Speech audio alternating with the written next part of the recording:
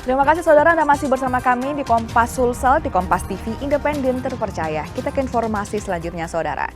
Jelang akhir tahun, promo event malam pergantian tahun mulai ramai ditawarkan.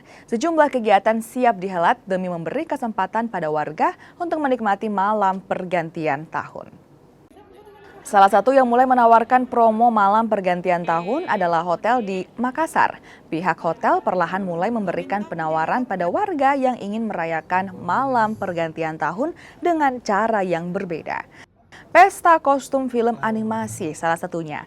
Harapannya pesta semacam ini bisa menarik minat warga untuk merayakan malam pergantian tahun di hotel.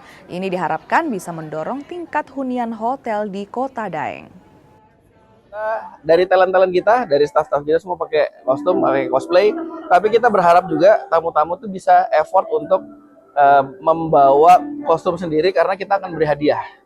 Jadi kita mau seru-seruannya bareng, bukan cuma talent-talent aja, bukan cuma staff-staff aja, tapi kita mau tamu juga ikut senang-senang bersama-sama kita untuk perayaan tahun baru.